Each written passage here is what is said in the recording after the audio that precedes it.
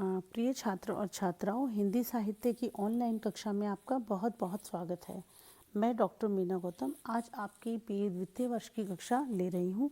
BA द्वितीय वर्ष का जो प्रथम प्रश्न पत्र आपको लगा है, इस पर हम काफ़ी आपकी कक्षाएं ले चुके हैं। आज जो घनानंद पर पिछली 3 कक्षाएं मैं ले चुकी हूँ, आज मैं घनानंद पर ही अगली कक्षा लूँगी, क्योंकि मैंने आपसे कहा है कि घनानंद से संबंधित हमारे जितने भी प्रश्न बनेंगे या जिस भी कवि को लेकर हमारे जो भी प्रश्न बनते हैं, मैं हर बार उन्हीं पर चर्चा करती हूँ। तो आज मैं जो प्रश्न पर चर्चा करने जा रही हूँ वे घनानंद के काव्य सौंदर्य की विशेषताओं की उदाहरण सहित व्याख्या कीजिए या सोदाहरण विवेचना कीजिए, या जिस प्रकार की जो आपको प्रश्न आते हैं आपके पीछे टेक्स्ट बुक में भी आपके लगे, आप उनको भी एक बार देख लिया कीजिए। जैसे इसमें जो आपका प्रश्न है, स्वच्छंद काव्यधारा में घनानंद का स्थान निर्धारित कीजिए, घनानंद की भाषा और अलंकार योजना पर सोदाहरण स्पष्ट कीजिए। इस प्रकार के बहुत सारे प्रश्न आते हैं। घनानंद के काव्य के प्रेम तत्व पर पिछली कक्षा मैंने ली थी। आज मैं घनानंद के काव्य सौंदर्य पर कक्षा लूँगी, जिसमें भावगत सौंदर्य और भाषागत सौंदर्य दोनों पर हम बात करेंगे। पहली चीज़ तो जी पिछली कक्षाओं में जैसे मैं देख चुकी हूँ कि मध्ययुगीन काव्यधारा के जितने भी श्रृंगारिक कवि हैं, उसमें मैंने कहा कि घनानंद का जो स्थान है वो कहीं ना कहीं सबसे अलग माना जाता है। और चूँकि रीतिकाल के सभी कवियों ने श्रृंगार विषय पर ही लिखा है, लेकिन इनका जो श्रृंगार है कहीं ना कहीं बहुत ही अनुभूति से भरा हुआ है और बिल्कुल अलग है। और जो बाद में इनका श्रृंगार में या इनकी जो प्रेम व्यंजना है उसमें दिव्यता आपको दिखाई देगी। तो आज हम घनानंद के काव्य सौंदर्य पर बात करते हैं। जिस प्रकार आपको प्रश्न आएगा तो आपको किस प्रकार उसे करना है। घनानंद के बारे में आप देखिए कि घनानंद रीति शास्त्रीय नियमों और बंधनों को नहीं स्वीकार करते हैं। जैसा कि हमने बात की, घनानंद स्वच्छंद भावधारा के कवि हैं, स्वच्छंद काव्यधारा के कवि हैं, उसके सर्वश्रेष्ठ कवि हैं। और जो घनानंद का जो एक काव्य में जो व्यवहार दिखाई देता है, कर्म से स्वच्छंद मनोवृत्ति वाले भावुक और प्रेमी कवि हैं। और इसी वजह से इनके काव्य में प्रेम की पीर का, वियोग की वेदना और उसकी गहरी अनुभूतियाँ और अंतःस्थल की मार्मिक दशाओं का एक बहुत खूबसूरत चित्रण इनके यहाँ पर दिया जाता है। अब इनकी कुछ एक विशेषताओं पर हम बात करेंगे। सबसे पहले प्रेम और संयोग श्रृंगार। अब इनके यहाँ पर जब आप प्रेम की बात करते हैं, संयोग सहित और संयोग रहित दो बातें होती हैं। और पहले इनके यहाँ पर जो बात करेंगे कि संयोग के जो चित्र हैं वो बहुत अच्छे हैं, लेकिन उसमें संयोग में जैसे कि उस समय हम श्रृंगार रस की बात करते हैं, रीति काल में जब हम बात करते हैं तो रीति काल में जो संयोग वर्णन के पद आते हैं उससे बिल्कुल अलग किस्म के इनके यहाँ दिखाई देते हैं। क्योंकि इनके यहाँ पर जो संयोग श्रृंगार के जो काम वासना आदि के जो पद हैं, काम वासना आदि का जो वर्णन है, ये यहाँ पर बहुत कम दिखाई देता है। इनके यहाँ पर जो ज़्यादातर दिखाई देंगे मतलब स्थूलता के बजाय प्रेम के जो सूक्ष्म भाव सौंदर्य हैं वो इनके यहाँ पर ज़्यादा दिखाई देंगे। दूसरा कि इन्होंने घनानंद ने संयोग के पूर्व राग के पदों को ही इस्तेमाल किया है। इनका जो भाव सौंदर्य है वो बिल्कुल शिथिल नहीं लगेगा। और इनकी जो भावानुभूति है, क्योंकि इनके जो संयोग वर्णन है उसमें विलास का भाव भी ज़्यादा नहीं दिखेगा। इनका जो संयोग वर्णन है उसमें अनुभूति की तीव्रता ज़्यादा दिखाई देती है, संयोग हो या वियोग हो। दूसरा कि इनके यहाँ जब मैंने कहा कि अनुभूति की तीव्रता संयोग और वियोग में दोनों ही दिखाई देती है, और इनके यहाँ पर चाहे संयोग हो या वियोग हो, प्रेमी के प्रति जो मिलने की जो अभिलाषा है वो उसकी बहुत ज़्यादा प्रधानता अपने को दिखाई देती है। और इनके संयोग में भी बार बार वियोग का आभास आपको बराबर दिखाई देता रहता है कि यह कैसो संयोग न बूझी परे, जो वियोग को क्यों ना हो विछोहत है। मतलब बार बार संयोग में भी वियोग की स्मृति इनके यहाँ दिखाई देती है। और वियोग में प्रीतम की निरंतर चिंता के कारण संयोग में भी वियोग का असर आपको दिखाई देता है। बिछुरे मिली जात मिले बिछुरे, यह कौन मिलाप को ढार ढरे हो, घनानंद छाए रहो नित हो, हित प्यासन ही चातक जात मरे हो। तो इनके यहाँ पर जो प्रियतम से जो मिलने की चाह और अभिलाषा इतनी शाश्वत स्थिति में दिखाई देती है कि कहीं ना कहीं इस अभिलाषा को हम शास्त्रीय भाषा में कहें तो रति या प्रेम की बात करते हैं, लेकिन इनकी चाहत है वो इतनी गहरी है कि मिलने पर भी कहीं ना कहीं वो पूरी नहीं हो पाती। आंखें रूप रस चखें, चाहें उस सिंची राखे, लोभ लागी लाखे अभिलाखे निबरे नहीं। तो ये सारी जो चीज़ें हैं इनके यहाँ पर ये काफ़ी एक अलग किस्म का संयोग श्रृंगार इनके यहाँ दिखाई देता है।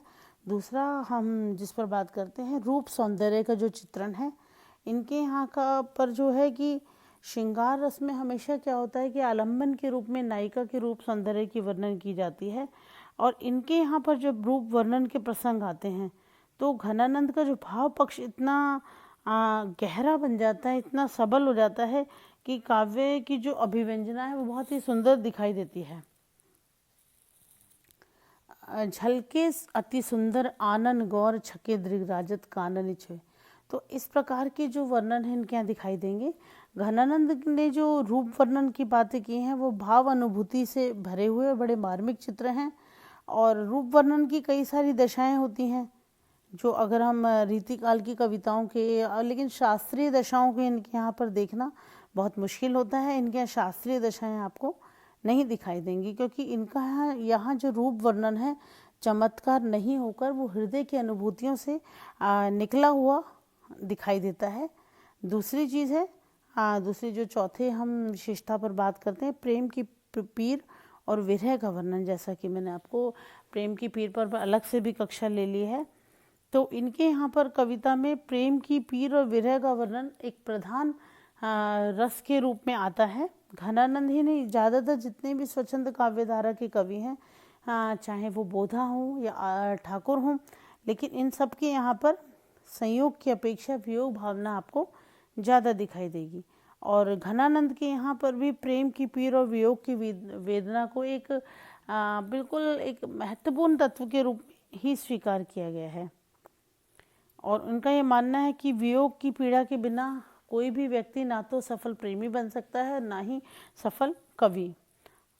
तो इनका जो प्रेम प्रिय का वर्णन करना ही इनकी कविता का कहीं कहीं उद्देश्य लगता है। प्रेम आगी जागे लागे झर घन आनंद को, रोईबो न आवे पैना गाईबो न रोईबो। तो बहुत सारे जो ऐसे भाव हैं इनके यहाँ पे दिखाई देते हैं कि प्रेम पीर इनकी कविता का मूल अंग के रूप में दिखाई देता है। अब दूसरा जो इनके यहाँ पर जो प्रेम की बात आती है, इनके विरह वर्णन में जो चीज़ें आप देख सकते हैं स्पष्ट पूर्व राग प्रवास, जैसे पुरानी स्मृतियों पर आधारित जो प्रेम का वर्णन है इनके यहाँ दिखाई देता है। प्रवास, प्रिय कहीं दूर चला जाए तो उसकी वजह से जो एक प्रेम की पीड़ा महसूस करता है कभी वो दिखाई देगी। प्रिय की निष्ठुरता दिखाई देगी। प्रेम पीर को झेलने में हृदय, मन, नेत्र और प्राणों की जो स्थिति है वो इनके यहाँ पर बड़ा लंबा विषय, इस पर बहुत सारे ये इनके यहाँ पर दिखाई देगा। सभी प्रकार के विरह वर्णन के जितने भी उपालंब हैं वो इनके यहाँ पर उनकी मार्मिक अभिव्यक्ति दिखाई देती है। अब अगला जो इनके यहाँ तत्व आता है वो अलौकिक प्रेम व आध्यात्मिक विरह। जैसा मैंने कहा कि इनके यहाँ पर जो प्रेम एक दिव्य तरीके से दिखाई देता है। घनानंद का प्रेम आरंभ में सुजान प्रेयसी की तरफ लौकिक है, शुरुआत में इनकी लौकिक प्रेम दिखाई देता है, लेकिन बाद में उन्हें उनके प्रेम में बहुत ज़्यादा दिव्यता दिखाई देती है, और इनका लौकिक प्रेम अलौकिक और सात्विक प्रेम में परिवर्तित दिखाई देता है। विरह वेदना में कभी कभी सघन आध्यात्मिक अनुभूतियाँ भी यहाँ पर दिखाई देंगी। तो ये कहीं ना कहीं ये प्रेमिका में जीव और ब्रह्म की जो बात करते हैं इस प्रकार के आध्यात्मिक भावों को प्रकट करते हैं जब ये तो प्रियतम को गेय और अज्ञेय और कभी कभी ये ब्रह्मानंद तक दिखा देते हैं। अगले जो दूसरे पक्ष हैं जिन पे मैं बात करती हूँ वो इनके शिल्प पक्ष पर बात करती हूँ, क्योंकि भाव पक्ष पर हम बात कर चुके हैं। इनका भाव पक्ष हम जैसे समझते हैं कि बहुत सुकोमल है, मनोरम है, और जो इनकी शिल्प है जैसे मैंने शुरुआत में बताया कि ब्रज भाषा को सबसे जो शक्तिशाली तरीके से इस्तेमाल करते हैं ये एक भावना में तो या तो तुलसी सूरदास के यहाँ भी दिखाई देगी और दूसरा इनके यहाँ पर दिखाई देती है। घनानंद के यहाँ जो शब्द योजना है वो बिल्कुल उनके प्रेम के अनुकूल ही दिखाई देती है। इन्होंने साहित्यिक ब्रज भाषा का प्रयोग किया है। घनानंद के काव्य में व्यंजना आपको बहुत ज़्यादा दिखाई देगी, लाक्षणिकता का आश्रय बहुत ज़्यादा दिखाई देगा। लाक्षणिकता और जो ये है लाक्षणिकता और व्यंजना है, इसी वजह से इनकी जो कविता है ज़्यादा अर्थगर्भित निकलती है, लगती है और ज़्यादा प्रेक्षणीय दिखाई देगी, ज़्यादा आप तक पहुँचती है। और शुक्ल जी को इनकी जो लक्षणा की जो चीज़ है उसको लेकर वो बड़े आनंदित रहते थे। इस विषय पे उन्होंने काफ़ी लिखा है। और घनानंद ही उन्होंने कहा है कि ऐसे अकेले कवि रहे हैं जिन्होंने बहुत ज़्यादा लक्षणा का प्रयोग किया है। घनानंद ने भाव की अभिव्यक्ति के लिए संश्लिष्ट शब्द विधान का भी प्रयोग किया है। उनके काव्य में चित्रात्मकता भी आपको बहुत सुंदर दिखाई देगी। बहुत सारे इस प्रकार के चित्र आपको दिखाई देंगे। घनानंद के यहाँ पर चूँकि मधुर भावों की बात करते हैं, लेकिन बावजूद उसके इनके नाद सौंदर्य भी बहुत अच्छे से दिखाई देगा। कोमल भावों की व्यंजना बहुत अच्छे से दिखाई देगी। इस दृष्टि से देखा जाता है इनके यहाँ पर एक संगीत, मधुर संगीत जो इनके काव्य में है वो भी दिखाई देता है। शिल्प सौष्ठव की दृष्टि से अगर हम देखें तो इनका जो पूरा का पूरा काव्य है बहुत मधुरता से भरा हुआ, माधुर्यपूर्ण और कोमल है।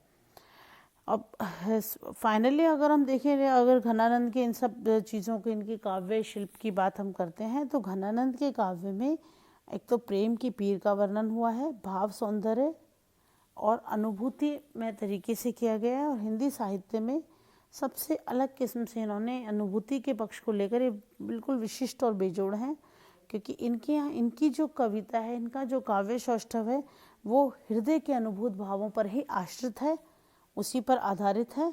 और इस वजह से इनकी कविता के अंदर कभी भी एक शाब्दिक चमत्कार नहीं दिखता, बल्कि एक मार्मिक हृदय से निकली हुई काव्यधारा के रूप में इनका काव्य दिखाई देता है। और इसी तरीके से जो इनका काव्य सौष्ठव है वो अपने आप में बिल्कुल अलग है। रीतिकालीन कवियों के अलावा वैसे भी पूरी कविता में इनका एक अलग स्थान है। आज के लिए इतना ही, धन्यवाद।